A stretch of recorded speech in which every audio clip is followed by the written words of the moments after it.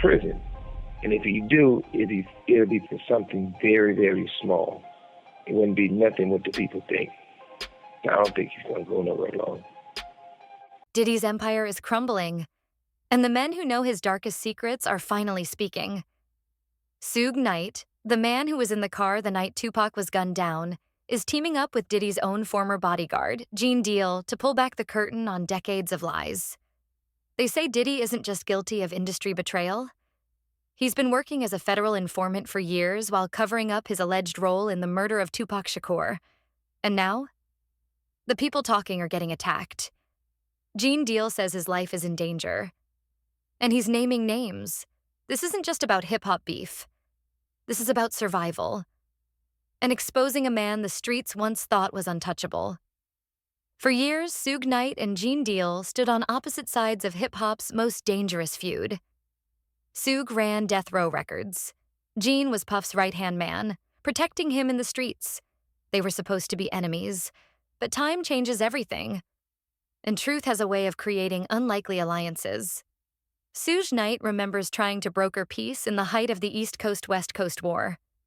He and Pac were ready to meet with Biggie's people, even after the bloodshed had started. According to Gene, Suge showed up. Puff didn't, and that was telling.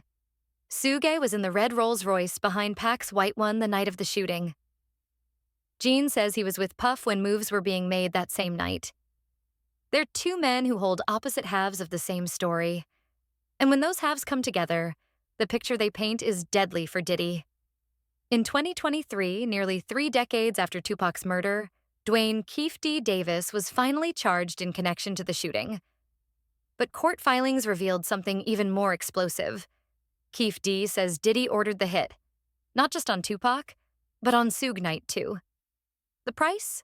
$1 million. According to Keefe D., the deal was brokered through Eric Zip Martin, a close associate of Puff. But the money never made it to the shooters. Keefe says Zip kept it. Even more suspicious, the LAPD and FBI have allegedly known about these claims since 2009. They interviewed Keefe back then and granted him immunity for talking. If they had the evidence all those years ago, why wait 14 years to bring charges? It raises a dangerous question. Who was really being protected? Just days after Keefe D. named Diddy in connection to Tupac's death, something happened that sent shockwaves through the case. Keefe was attacked in prison. Surveillance footage shows another inmate squaring up to him before they traded punches. Officers had to pepper spray them to break it up. On paper, it's just another jail fight. But to people watching closely, the timing was impossible to ignore. Keefe points the finger at Puff, saying this is how people get silenced when they start talking too much. And Gene Deal says it fits the exact pattern he's been warning about for years. As if the story wasn't already twisted, Suge Knight dropped another bombshell from behind bars. He says someone inside Death Row Records betrayed Tupac, a mole who passed information straight to the people planning his murder. This wasn't some random street informant. Suge claims it was someone close enough to know every move Pac made. When he'd be in Vegas, what car he'd be in, who he'd be with. He doesn't name names, but he calls them Judas. And according to Suge, more than one person played a role, meaning the Vegas hit wasn't just an outside job, it was coordinated with help from the inside. Gene Deal has been blunt for years. Diddy isn't untouchable because he's innocent. He's untouchable because he's an informant. Think about it.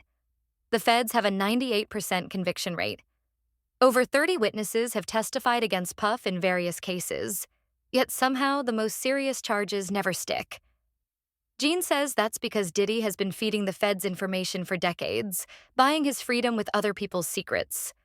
And in the streets, that kind of arrangement doesn't just earn you protection, it earns you enemies.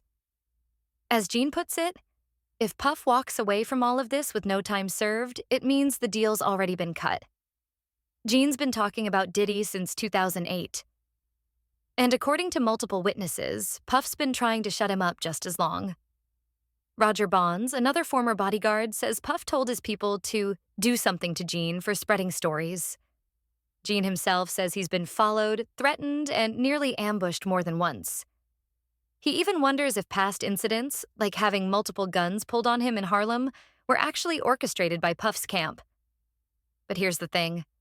Gene isn't afraid. "You can't scare a man who isn't afraid of death," he's said. And unlike many in the industry, Gene isn't chasing a payout. He's not signing an NDA. He's daring Diddy to make a move.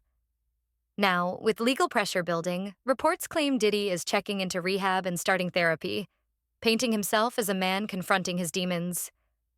Gene calls it exactly what he thinks it is, a performance for the judge. "He had the money for the best doctors years ago," Gene says. "If he wanted to get clean, stop hurting people, change his life, he could have. This isn't about healing. It's about getting out of jail." And in Gene's eyes, it's the oldest trick in the book. Pretend to change right before sentencing, then walk away with a lighter punishment. Diddy may have the money, the connections, and decades of influence. But for the first time, he's losing control of the narrative.